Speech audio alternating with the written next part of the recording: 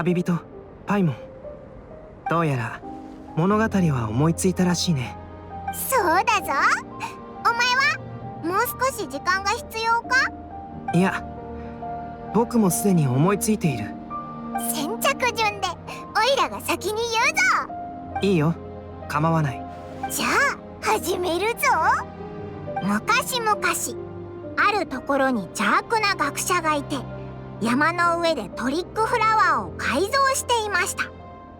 それらのトリックフラワーは痛みを抱えながら人間の姿になり、参道の脇で通行人を待ち構えていました。誰かに尋ねられると、それらは相手にこう質問をします。私は誰？あなたは誰？もし答えを間違えれば、わー！という声とともに食べられてしまうのです。うん、怖いね。なんだよ、全然怖がってないじゃないか。オイラのダメ出しするなよ。不満なら自分で考えればいいだろ。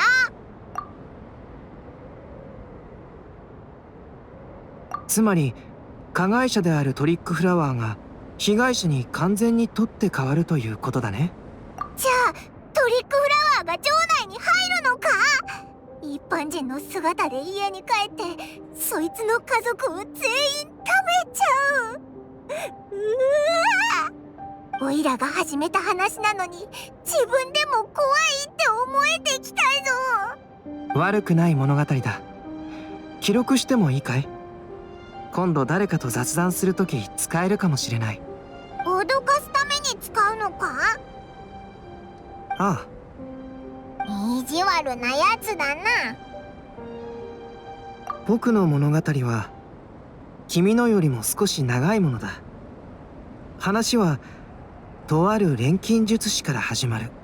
偉大なる錬金術師はホムンクルス1号を創造した。1号は彼女の誇りとともに一般人に完璧に紛れ込んだ。自分たちのそばにいる友人が人造人間だとは誰も思わなかっただろう。しかし1号は知らなかった。彼が生まれるまで錬金術師が幾度も実験を繰り返していたことを。失敗した欠陥品は放棄されたのだが、彼は死んでいなかった。失敗作2号は巨竜の腹の中に飲み込まれ、竜と共に雪山に残った。何年も後に神秘的な竜の力によって目覚めるまで、彼は雪山でさまざまな人を見た。そしてその人々と溶け込む1号のことも。2号は思いもしなかった。彼らのような実験品が全ての人の目を完璧に騙せていることを。人々は1号を友人として受け入れ、親しみを込めて彼の名前を呼んでいた。それこそが2号の望んでいたものだった。だからこそ2号は1号に取って代わろうとした。その幸せなものになるために。おいら、なんか急に寒くなってきたぞ。2号は自身の計画を練った。1号の書籍とノートを盗み、1号が錬金術師から受け継いだ知識を研究した。彼は賢く驚異的なスピードで学んでいった。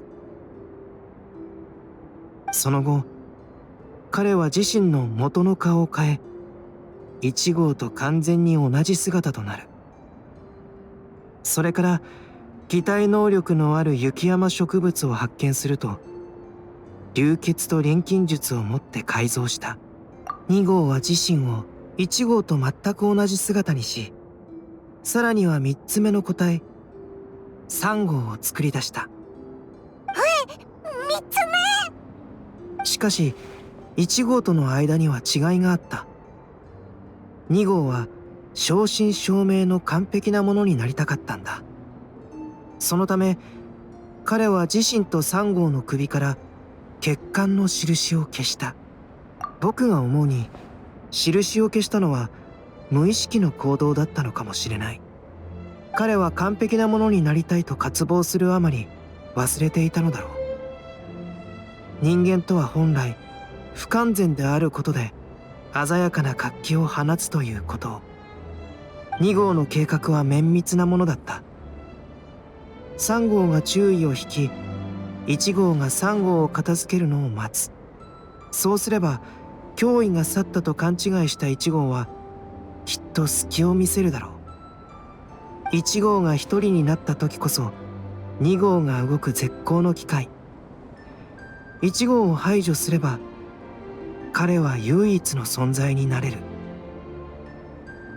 彼は知らず知らずのうちに全ての人の記憶に存在する1号にとって変わるだろう。1号の身分、住居、衣服、封建、名前。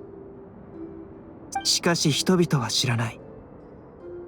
昨日と今日であったのが別人だということに。怖いぞ。おいら、もう人を信じるのをやめよう。だが2号の計画が実行される前に、とある特別な見知らぬものが現れた。2号はそのものとの接触を試みたが、そのものが自分と1号の違いをかすかに感じ取れることに気づく。こっくり。どうしたのかな？怖いのかい？その後は、その見知らぬやつはどうなったんだよ。もちろん2号の計画の一環に加えられた。2号にとって排除すべきものがもう一人増えたことになる。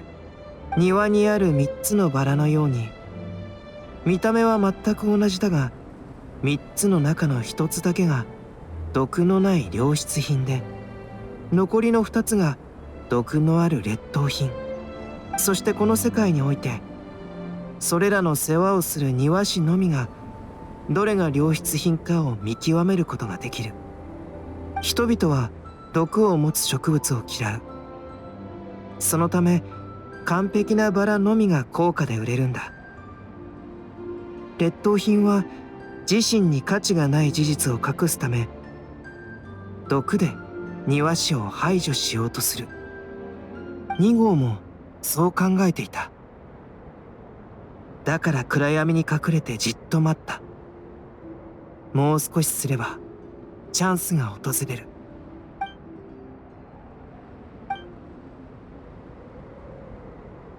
なんか暗い物語だな。その後はどうなったんだ。2号は成功したのか。おいらもう考えるのも怖いぞ。物語はあくまでも物語だ。本当のことにはならない。2号はこの物語で成功することができなかった。だが雪山では君たちも警戒を怠ってはならない。ドゥリンの力と血肉によって変異したものは同じくレインドットの創造物とも言える。僕と何ら変わりはない。君たちもそういった化け物には気をつけるんだ。そう言ってくれて嬉しいよ。いいんだ。僕は自分の素性を分かっている。お互いにこのテイワット大陸では異質な存在だ。ただ時に錬金術がこのように偉大な学問であることを思うと、どうしようもなく無力に感じる時がある。大地に足を踏み入れる生命の一つとして、運命の掌握を渇望し創造を渇望する我々は一体どれほど傲慢なのだろう。旅人、創造とは傲慢な行いなのだろうか。もし違っていないのなら、僕たちは一体何の資格があって創造者などと主張するのか。別段特別な感覚はなかった。たまにこのことを思い出すと少し悲しく感じる。アルベド。旅人、ここにいるの？あれ、アンバーの声だ。やっぱりここにいたのね。旅人、私たちサイリウスさんに言われてきたの。麓の拠点で大事なことがあるから、あんたもそこに行って。ウィンターキャンプもそろそろ終わりを迎えるわ。名目上の教官であってもきちんと配置につかないと。じゃあ行ってくる。アルベド、またな。ああ、行ってくるといい。僕はまだここで用事がある。今回は下山に付き合えない。大丈夫。ここ最近は下山もとても順調だよ。それじゃあ準備ができたら出発しましょう。拠点の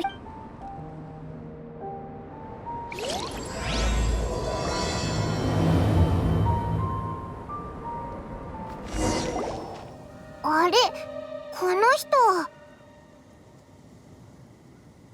私から紹介するね。この方はジョセフさんで、ジョエルのお父さんだよ。お父さん、この人がさっき話した旅人さんだよ。僕のためにいろいろ手伝ってくれたんだ。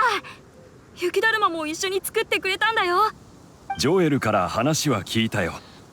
本当にありがとう。そうだな、本当によかった。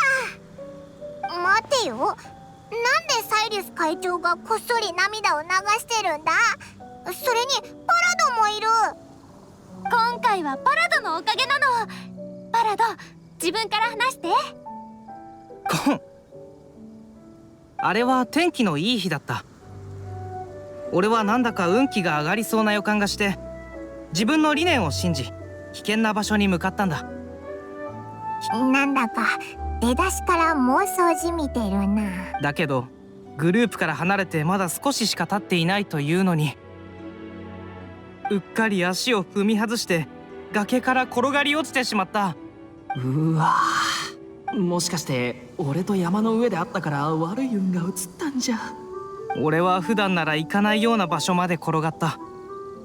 しかも怪我をしてしまって、自分の運の悪さを嘆いたよ。でもその後、音を聞いて駆けつけてきたジョセフさんに会ったんだ。思いもよらない結果に。俺は最初彼をイベントに参加しに来た冒険者協会の人だと思ったんだ。けど話をしていくうちに、彼が多くのことを覚えてないことと自分の名前すら知らないことに気づいた。だけど雪山は寒すぎてそんな細かいことを考えてる余裕がなかった。だから話は拠点に戻ってからにしようって彼に伝え、拠点に戻るとジョエルの姿が見えた。ジョエルが彼を見るとまるで凍りついたかのように固まって、それから大声でこう叫んだ。お父さんと。彼はその時にいろんなことを思い出したらしい。今でもまだ記憶が完全に復活していないが、ジョエルや妻のことは、この二人だけは絶対に忘れはしない。お父さん。ジョエル、お父さんはここだよ。ジョセフさん、本当に他のことを思い出せないのか？イノシシプリンセス、それと雪山で餌をあげたキツネたち。すまない。その他は覚えがない。頭に怪我を負ったせいかもしれない。だがそれすらもわからない。私が目を覚ました時、体中血まみれだった。荷物もなくしてしまい、身分を証明するものもない。仕方なく洞窟に入り、落ち着いてゆっくりと怪我が治るのを待ったよ。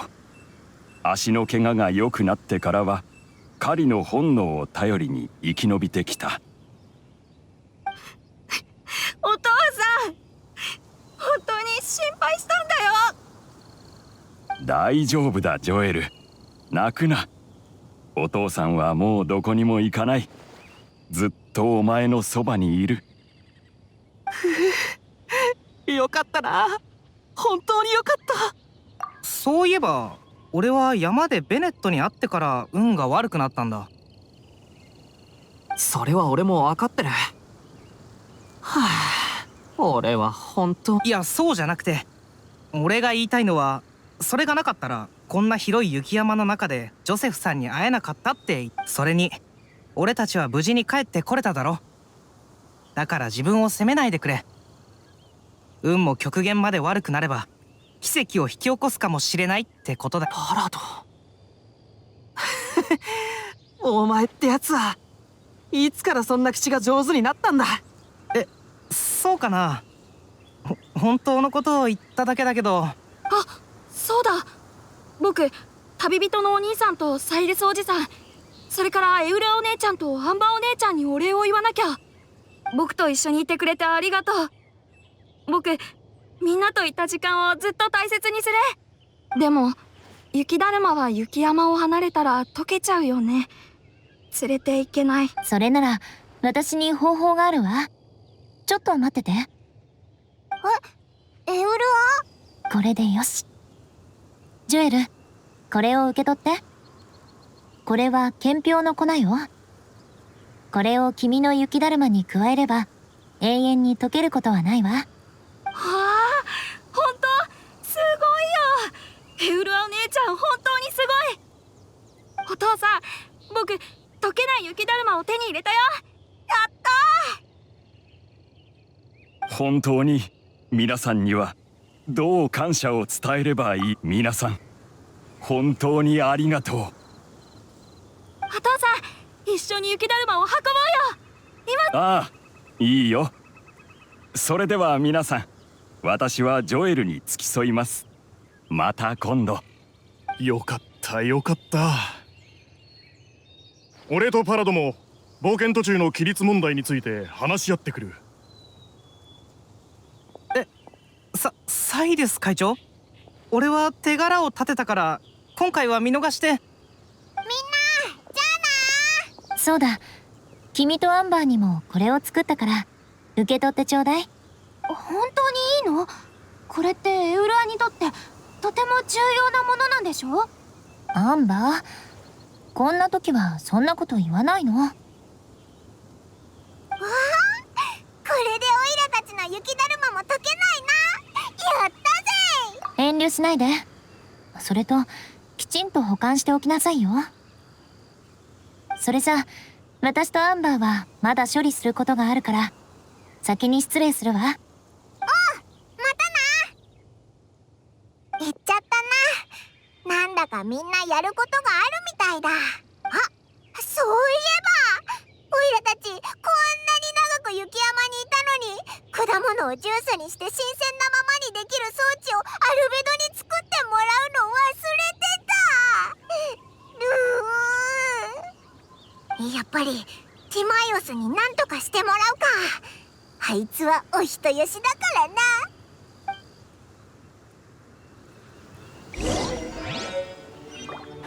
晴天でさえ雷帝の光をティマイオス。旅人にパイモン、どうしたんだ？ちょっと待って、その何かを企んでるような表情。まさかまだあのおかしな要求のことを考えてるんじゃないだろうね。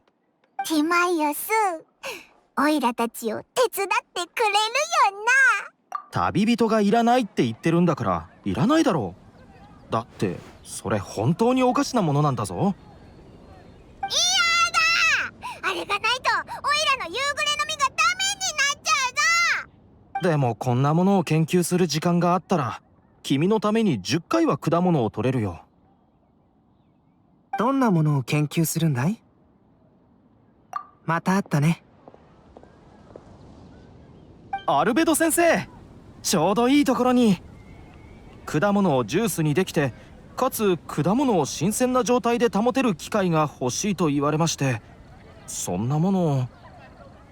すごく重要なことなんだ。これが発明できたらもう果物が腐るのを心配しなくてもいいんだぞ。そんなのありえないって。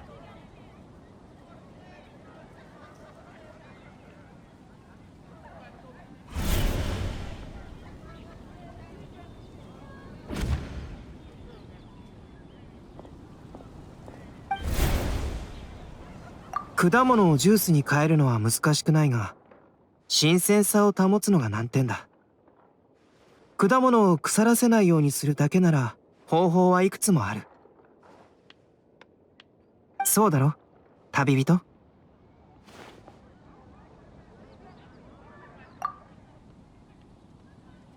首？どうしたんだい？僕の首に何かあるのかい？その表情、まるで僕が悪質ないたずらでもしたかのようだね。アルベド、さっき言った果物を腐らせないようにする方法ってなんだ？例えば果物を雪山にある溶けない雪の中に埋める。それじゃあ食べられないじゃないか。雪山に住むといい。いやいや、おいら寒いのが苦手で。もしくは果物を僕に渡して僕が雪山に持っていく。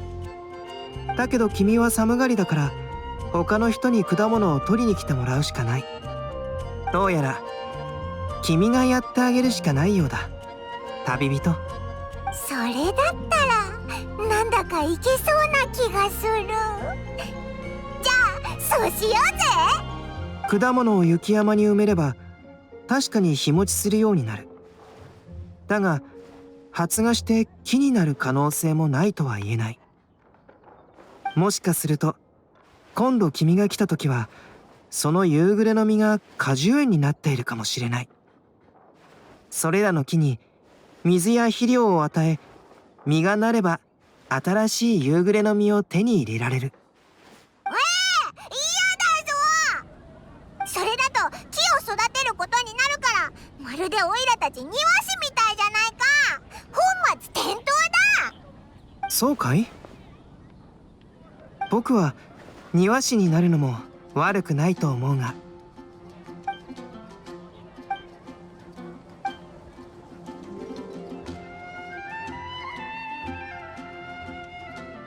アルベド、なんでオイラの超甘い夕暮れの実を狙ってるんだよ。おや、そんなに気になるのかい？もち